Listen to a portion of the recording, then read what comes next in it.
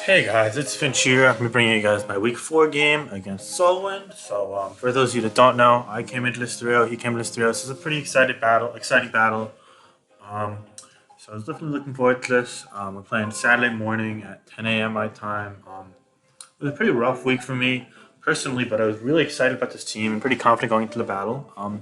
No doubt about that. Had some pretty fresh things I was loading up. Don't see Skarmory much nowadays. And in addition to that, I also had Sizable Toad, which is a pretty uncommon Stealth Rock setter. It also has a lot of utility. But that aside, pretty standard fillers on a sand balance team for me.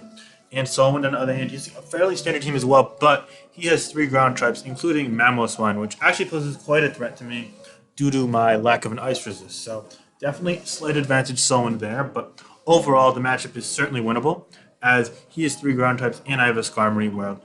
2 of them really cannot break through Skarmory at all. It's just Mamoswine, so he's got to position his Mamoswine really well. Moving beyond that a little bit, he also has Rotom W, which is good for me as I have Seismitoad, which can rock and wall both its attack and refresh off the Will-O-Wisp. Unfortunately, Will-O-Wisp damage can't get out of hand for a while, especially when he takes advantage of it with things like Amoonguss coming in consistently, so I only have really one turn to work with. But speaking of that Amoonguss, it's actually slightly annoying to me, if only because it could force status with Stun Spore, and with Giga Drain plus Hidden Power Fire, it could be annoying, especially when paired with Pursuit from Tyranitar, so that's something of note. However, my ground types kind of synergize well, as 2 of them can ship the Rotom W. We can't really deal with it 1v1, and the other one can wall it 1v1 in a sense. It's also worth noting that my Seismitoad has knockoff, which is really cool through things like Rotom W or Amoonguss of their items that could give them passive recovery each turn. So, as an extension of that, I'd also like to make note that my Landorus T is Scarf. My Tar is 4 attacks with Fire Blast, so that's cool. And my Excadrill is just a standard spin set. Latios is standard spec set. So, going to the game, I figured he'd probably try and counter lead my my Seismitoad because I figured he'd lead with the Rotom W. So I led with my Skarmory, I believe. Just knowing that worst case scenario, he leads with Rotom W, and I could just go hard Seismitoad. And if he tries to double to Amoonguss, then all the power to him. But I figured it'd just be fine to lead Skarmory here. Not really much thought, but that behind it, I was actually doing it in a lot of Rotom W matchups. But anyway, so he's going to lead with Amoonguss. I'm going to lead with Skarmory, and I am Taunt.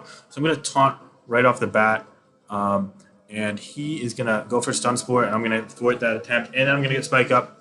Now, he's going to go to Rotom W and likely predict me to go to Seismitoad, so he's going to double switch out to Amoonguss. That is fine. Just going to pause for a second here. So basically, I'll turn this down a little bit. But basically, I was like, okay, so he's going to go for the Stun Spore here almost definitely. So first off, if I get Sand Up, that negates his passive recovery each turn. Second off, on top of that, I don't really need Tyranitar ton. It's my most expendable team member. He doesn't have a Latios, Alakazam, Ilri, Nicholas, etc. So the Tar can kind of be used as more of an offensive wreck. And I want to ship this Amoonguss immediately. So he's going to go for that Stun Spore as I go to Tyranitar, as you see. And fortunately for me, I'm going to dodge. However, he can just go for the next turn. And it turns out that he's actually physically defensive Amoonguss, giving this crunch damage to adamant nature, so he's definitely like physically defensive to try and check Facade Balloon, which is not a bad idea. Pretty cool set.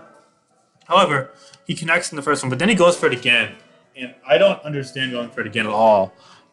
First and foremost, Seismitoad is obviously my Stealth Rock setter, so I don't really have any like reason to click Stealth Rock, but also I don't really have any reason to switch out.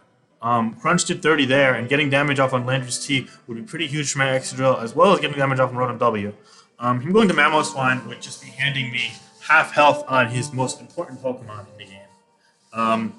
And I don't see him going to Tar either, but that could switch in safely to everything besides Earthquake, but he didn't really know what my set was. But like, yeah, I don't really have any reason to switch, risking status on Skarmory, which then would get Power Flinch, or Seismitoad, which would be forced up by Giga Drain anyway, and I guess Paralysis on that Seismitoad actually would be much, much more helpful than the burn. But like risking Giga Drain at this point in the game when Rotom W is so healthy is just not worthwhile at all. Especially because if I get fully powered against something like Excadrill as it gets for an Earthquake or Spin, that can set me far behind. So yeah, I have no reason at all to switch. I'm 4 attacks. He knows I'm 4 attacks for sure. So there's just no reason for me. I don't really feel threatened out at all. So he goes for Stun Spore, and that's definitely misplaying his part. And I'm gonna land Fire Blast, thankfully. I'm gonna hit through, and I'm gonna burn. Now the burn doesn't really matter because he's in pursuit range anyway, and I'm going to go for that pursuit. And unfortunately, he's going to get bailed out from his really big misplay, and I'm going to get flight paralyzed in the pursuit. And if I got rid of this, that would be great. Now, albeit I don't really think it's completely fair to like say, oh, I got hacked there, because I got fully paralyzed. I dodged the flight paralysis and I dodged the Sunspore initially. So while I do think he misplayed, I've been playing a little better at this point. I think it's like a fair overall endpoint. I mean, can't really complain much about that. He's gonna go Landorus, which is fine, and I think I'm just gonna retreat out to my Skarmory, predicting a U-turn. And he's going to do just that. And since I'm not knocked, he's going to actually take Rocky Helmet Chip and then go back to the Rotom. Here, I think I just go to Seismitoad on a Will-O-Wisp, if I recall correctly. And yeah, that's going to happen. And now I have a couple options. I could either go for Refresh to just get that off, or I could go for Rock. I think I like to go for Rocks, and he predicts that and goes Drill, which is fine. Now I think I just go for Knockoff, just because I want to get this. Yeah, so Knockoff is big for me because now he can't spin against Skarmory at all. Some would argue that Scald would have been better, and I think that there's a lot of argument for Scald. The issue is that Scald really is only doing about a bit under half the special defensive drill, which it really could have been on his team because he didn't really benefit much from offensive. And even if it's offensive, it's only doing like 60 to 65%. And without a burn, with Protect turns, that lets it heal up pretty quickly. And I really knew this game was going to go really quickly because he is the Mamoswine. So we're going to have to both be aggressive. Him in getting the Mamoswine and me in playing around it / making so that he can't get it in a lot. So I felt like if I didn't get the burn there, that would actually be a bit of a setback. I think both plays are completely justifiable. I think him going for spin there was a little greedy, but it actually worked out nicely. He was like, okay, I don't mind if I get burnt. So yeah, it's fine. I think he played that well, predicting the rocks. Anyway, so I'm going to get that knockoff, which is good because now he's got no pass recovery. And now I think I'm just going to retreat out to Skarmory as he goes Rotom. Yes, that's a nice play by him, but he can't really do a ton of damage unless he gets the next turn right, which I think he is by going Mamo on my Seismitoad. Yeah. And at this point, I don't really want to risk this dying quite yet. So I'm going to go Extra Drill knowing I'll live, and I'm faster than Adamant Mamoswine, and all of SoulWind's Mamoswine replays are Adamant.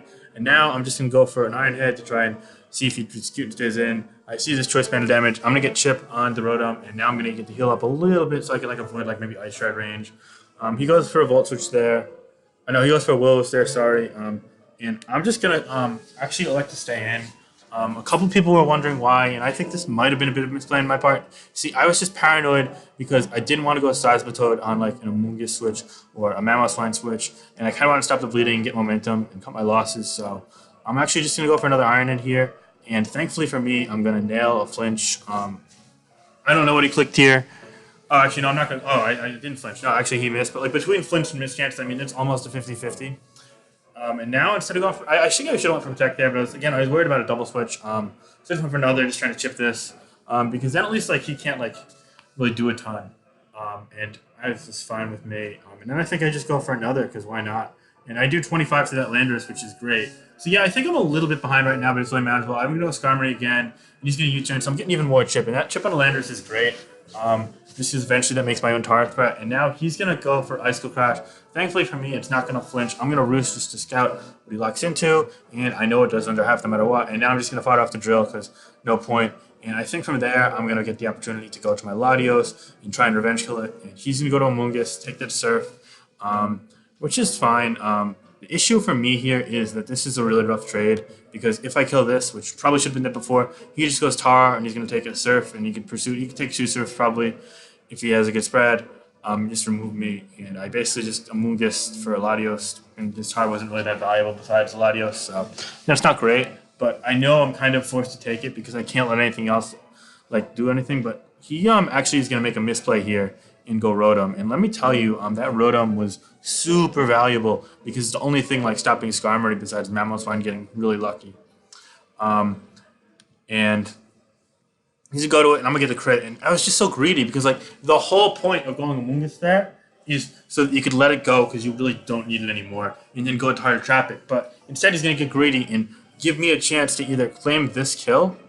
Well, yeah, I get it. I need a crit to get it. But, or play a bit of mind games. So if I go Seismitoad to see, goes for Pain Split, then suddenly, it's really not recovering that much without the crit.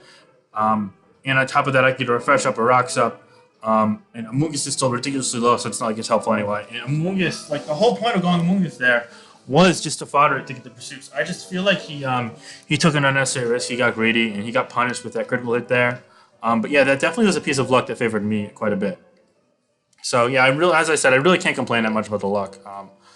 And now I'm just going to surf, and obviously the moon's going to be too good here. It's worth noting that these Sandstorms are putting me in life orb range for sure, but anyway, in Ice Shard range for sure. But I mean, I probably was after one sand turn anyway because he's adamant choice banded. He's going to go for Stun Spore, as I just got Tar predicting that. And now he goes to his own Tar. He's going to go for Rocks, and I went for Earthquake, which it's adamant Earthquake, so it would have done about a bit over half, probably put him in surf range. But unfortunately, I'm going to get fully paralyzed, so it's kind of evening out again because that damage would have made Latios and a lot more ground out of it potentially. But that's fine. I think here I'm just going to retreat out to my, what do I go to here? Oh, I can go for Earthquake again. Yeah, no, that's fine. So I figured maybe Superpower. And now I'm just going to go to Skarmory once more, and he's going to go for the U-turn again. So yeah, I'm really chipping this Landorus with the U-turn on, and he goes Mamoswine here. And again, he's going to miss. So like, yeah, again, I really can't complain about the luck. The Mamoswine matchup was just atrocious. And now I'm going to go for the spikes because why not? He's going to go Rotom. And again, it's free Seismitoad, so sure. Now I think he's just going to go for Pain Split. See, you see, like, it's only up to 45, so it's not like it's taking many Latios anyway. In fact, Crunch is a roll to kill from there, assuming he doesn't have physical defense investment. And you turn to Kios. I'm going to have to Rock Stone it from Landorus to Kios. I just go for a Refresh. I think probably Scald might have been a little better there. I'm kind of on defense, Twitch is better. Anyway, he's going to go for a spin, and as you see, I'm getting that chip, but the game probably would have been better off as it played out if I went for Scald. But again, it really wasn't sure how aggressively he's going to play it, let alone what his sets were. He goes Rotom here, I go Seismitoad. He goes for Wisp, and he's going to land it again, which is fine. I think here I just go for Rocks, trying to bait the Drill to spin. No, I go for Scald predicting the Drill, and I nailed that. So it's a good play from me, and I'm up 5-4, but really I'm looking bleak against that Mamoswine. He goes Landorus here, and I think I just try and preserve this, knowing that he'll probably go for U-turn and I get another round of chip on it. So suddenly he's in range from like U-turn or even or obviously Stone Edge for my own Landorus. He's going to go Mamoswine here. I'm going to go Seismitoad just as fodder, kind of half why I saved it. He goes for Icicle Crash, which is fair. And now I go Latios because I have a chance to take advantage of it since he didn't trap me before. And he's going to fire off his Landorus, which is fine. Really all it did was pivot a couple times. This is kind of why Skarmory is great. But unfortunately, Rotom W does take advantage of it, as we've seen. And now his Tar, which should have taken that Earthquake, is unfortunately able to live. And so here's the deal. If this was like 88 Adamant Tar, then Pursuit roll was like mid-roll to kill with Sand. Like that was like fine. And seeing as Surf did 52, I have a feeling that it was, because it could have been more especially defensive. And he could have done less. So yeah, I don't know the rules. I don't know the spread. So there's no way to complain about that. Someone asked me out after the game, and it's just like, nah, I don't know. But yeah, unfortunately, I didn't get the Earthquake damage. Had I gotten that Earthquake damage, I would have won the game, barring Mamoswine hacks, no matter what. But again, I got lucky with the dodge with Skarmory, and while he got lucky with the avoiding the pursuit trap. He just fought that off anyway, and he kind of got punished for not firing it off a second time later. So it kind of just the game giving him some karma for misplaying. But yeah, here I'm just gonna go Landorus. My play is just U-turn, and it always takes us out. So use max HP, and minimal defense investment, somewhere in like 12 or 16 defense for Chompy, queue up the rocks. And now he goes Mamoswine, and here's a really huge turn. So I am a Tar at 88%. I just take rocks. I'm max HP roughly. I think maybe a little less. And no defense investment. I'm also minus defense. So obviously I died to Earthquake from Choice Band Mamoswine, but I easily live an Icicle Crash. And Crunch would put him in range for U-turn. Put him in range to where Spikes with Tukio potentially. It's a roll for that. Also put him in range for Stone Edge, obviously. You name it. So if he goes for Icicle Crash here and I get that Crunch off, it leaves him in range where I could U-turn with No, actually, no, it leaves him in Stone Edge range. So then I Stone Edge with Landorus and I kind of clinch it. Because I'd fodder Memo in between. I'd fodder Skyrim in between. Actually, would that do it? Let's think here. So he goes for Icicle Crash.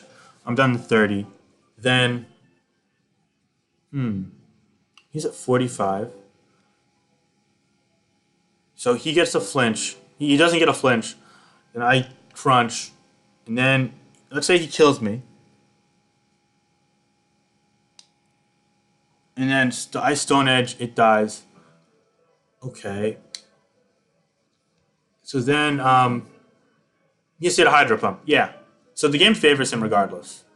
Crit plus Hydro Pump. There's no way he's in range. Trying to think. I am a fairly specially defensive Skarm, but if he lasts Monzarotum, I guess I could just, like hide on Hydros. I could just try and roost up, but I might be in. Yeah, actually, after rocks, I'm in Hydro range, so no, I couldn't do that. I need a Hydro miss. Maybe I'd probably need one of two Hydro misses. Yeah, okay. So that explains that. Yeah, and I'm not superpower or anything. So yeah, SoulWind is definitely favored going into this endgame. And I think that my play here is just to stay in. And I guess he could have Earthquaked. I kind of was thinking he might Earthquake because even if he Earthquakes on Skarm, I need to get another 50-50 right and double out like to Landorus or to Tar on Rotom.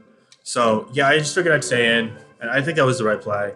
So, but anyway, even if he doesn't flinch me, I probably need some luck to win, be it a crit or him to misplay or a dodge, or I have a couple of chances for that to happen. It probably adds up to about a 33% chance ish. I think I guessed spin it at a third after the game, but he's gonna get the flinch as we'll see here, and that's just the game's gonna end there. 65 VC, it's definitely choice banana. But yeah, Solon played a really sloppy game here, but he's able to take advantage of Mammoth's line versus my lack of ice resist, which is a great play by him. And I mean, here I kind of need to like bank on like I could have stayed in Earthquake crit and then crit Stone Age, but I figured okay if I get the Intimidate U-turn, then if I dodge one, I could roost up and then maybe I have an outside shot.